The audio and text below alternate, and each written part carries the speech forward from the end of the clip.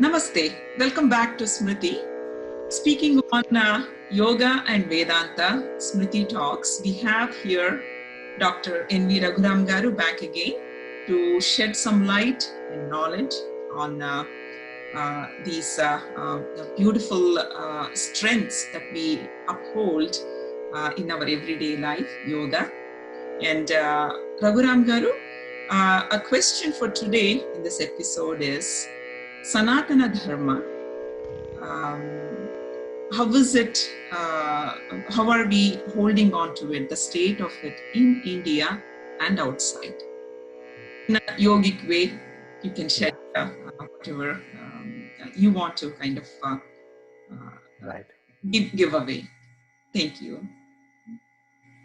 Sanatana is a word similar to another word called as Puraatana. Puraatana means ancient. Sanata is not ancient. Sanatana is ever living. That means to say whatever that was relevant about 10,000 years ago was relevant 5,000 years ago. Today it is relevant.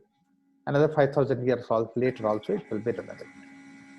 And when it is relevant, when will it be relevant is when it is connected with its root. That's what is called as origin. So essentially that it has to evolve from that origin. It should not just separate and truncated. It cannot be like that. So this culture was coming right from the beginning like that. Before all these external invasions came and then all the systems are disarrayed. Before that, this was continuing. But even though that they had influence of various other cultures and other things that were trying to break this particular thread that was going on, in spite of all that, there were people who survived this particular thing. Therefore, you can see the traces of, you can see the whole abundance of it. So many ways that they have destroyed this, tried to destroy this whole thing, burned the libraries, burned the books, burned the things and all that. And then they imposed on us the whole materialistic values and ideas. In spite of all those things, you see that what is there in the root slowly started coming up. When I said this Sanatana Dharma, Dharma is very vast. Dharma is not religion. Unfortunately, it's translated as a religion. It is like the way that wetting is the dharma of the water, burning is the dharma of fire. It means it is there from the beginning itself, from the origin itself, it is there like that. It can never change. So we have developed in this particular system so many things which are connected with the origin, and then based on that various practices, various ideas that were there. I will not go into various details of it because it's a small little answer I would like to give. And that is that, the world looked at medicine. Medicine is something which you give for sickness. But people call it as Indian medicine. It's not Indian medicine. It is Ayuhu Veda. Ayu means life, knowledge about life, understanding about life. So what lives, we try to maintain that living together. And that, when we give life, in fact, in Ayurveda, it is very beautifully said that you don't find the sickness, you improve the health. Focus on the health. Therefore, Ayurveda, focus on the health, don't fight the sickness. And the analogy that he gives is, you don't fight the darkness, bring in the light, darkness goes away. So whatever helps you to see that your own health inside is enhanced, is boosted up, sickness goes away. That means we are connecting ourselves with that origin. So now you look at the medicine today, people are tired of all the other medicines. Now they come to the yoga and Ayurveda, which are supposed to be connecting with your nature, connecting with your origin that is there. Like that in every aspect, look at the way they were having all kinds of food and all kinds of fertilizers using the foods and this and that. All that is gone. And today we have come to a level where everybody is looking for organic food or even uncooked food and directly to the farmhouse. All these things are happening all over the world. So this was what our culture was. When in the food that we could come and when the medicine that we could come, can we not come to that like that in our way of life also? And a very simple thing is that to tell the truth is original and untruth is something which is built on truth. Untruth is not original. So Patanjali says, tell the truth, Satyam Vada, which means basically go back to the origin. Now people are realizing the importance of it. So like that, Sanatana Dharma very rapidly is catching up back in India. Back in India, it was 70 years of our own freedom. Life did not give us this insight into it. Before that, the foreign rule did not give us insight into it. But in the last 10 years, if you look at it, how rapidly that people are realizing that. Not only in India, people are realizing it, then the other parts of India, other parts of the world also, so many people are doing so much of work to see that they try to go back to their own nature. And one Turkish girl asked me a very beautiful question. And she said, like my daughter said, Papa, you have read so many things. By doing what? We will not be born in India. I said, why do you ask this question? You are a Turkish girl. No. In my last life, I might have done something like that. Therefore, I'm born in Turkey. This life, I don't want to do that so that next life I will be back in India. So this is the kind of interest that people have all over the world. That's why you can see that so many things are coming up. Like simple thing is that I pray to the God to see that the whole nature should be happy, the whole tree should be happy, a river should be pure, sam gachatvam, sam vadatvam, sam vomanamsi janatam. This kind of prayer that we have in our culture. And nowadays, in the school in Ireland, people are chanting that mantra. So that means to say the world is also coming to this direction. So there were only two directions that were there in the world. And one is going out is one way, that direction. Another is going inwards. People have gone enough outwards. Now they are trying to go inwards. And that Sanatana Dharma, this is what is basically going back to Sanatana Dharma, going into Sanatana Dharma. That's so rapidly happening all over the world. And then it is high time that we people who have taken to the yoga and Vedanta philosophy, we try to give this much more eloquently so that we set up the leaders of the world. Very nice. Thank you. So speaking of Sanatana Dharma, we have this concept of one being a Hindu religion. So what is Sanatana Dharma and Hindu? What is the comparison? Say you are that. To express yourself. Actually, Sanatana Dharma is a lifestyle, is a way of life. And in this particular area, all that recording, that is diary that maintained, is all about the Sanatana Dharma, is the way of life that they had. There was nothing like a word called religion earlier. The word religion itself is born about 1600, 700 years ago. Before that, the word religion never existed on this earth. Let me give you the background how this word religion has existed. Such a great person, full of compassion, and he was like a magnet for everybody, young, beautiful looking, and that was Jesus Christ. And wherever he would go, people would follow him. And then whatever that he would say, people were really listening to that and then following that. He became more popular than the leaders who were there at that time existing. So they had jealousy. They wanted to end his life, kill him. So there were so many plans that they created. And Mary Magdalene knew about it.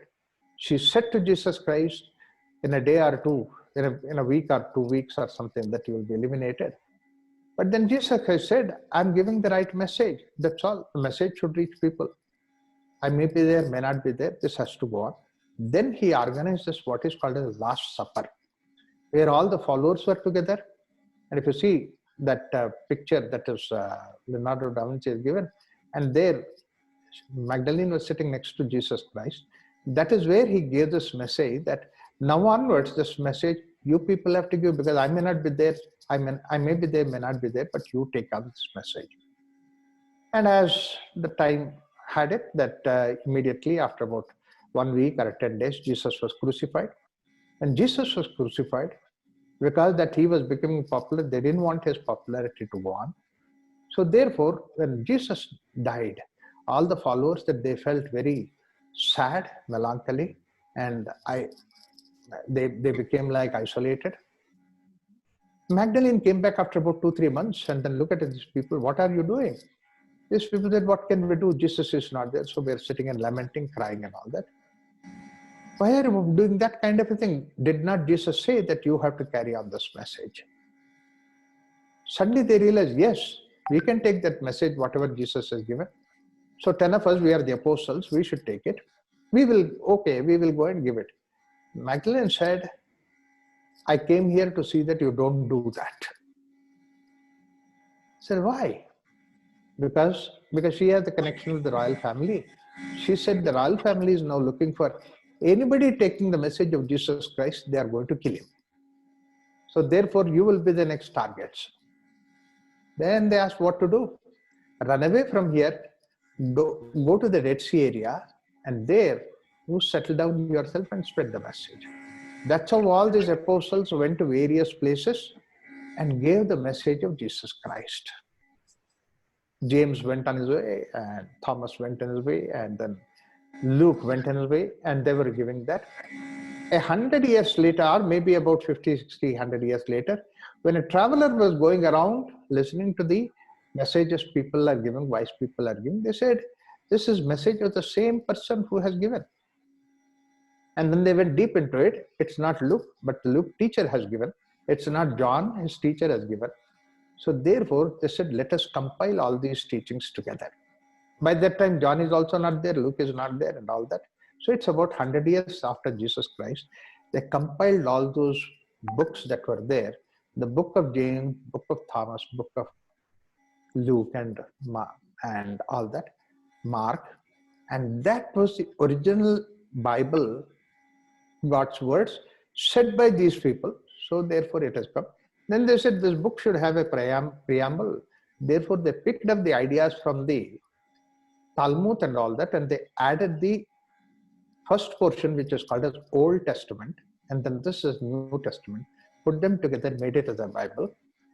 And then let us come together, people who are having only one prophet together, that is what is Jesus Christ, and let's all follow the teachings of Jesus Christ in this book, one book, Bible.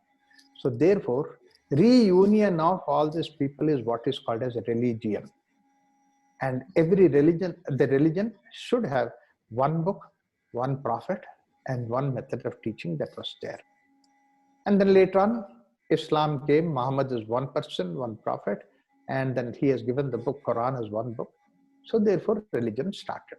When these people came to India, all that what they saw is that huge river, and that was the Hindu river, or Sindhu river today we call it as.